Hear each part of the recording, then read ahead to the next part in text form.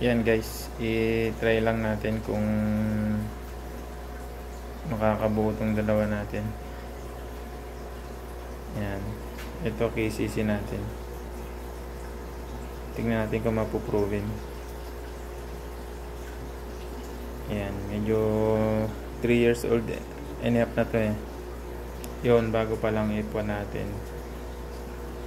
Sana makabuo tayo ng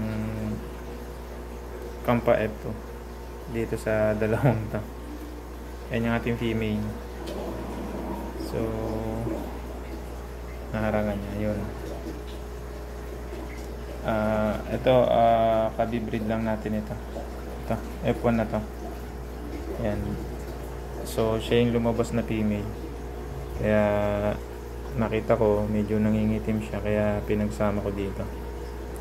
Try lang naman kung makakagawa tayo ng Kampa F2.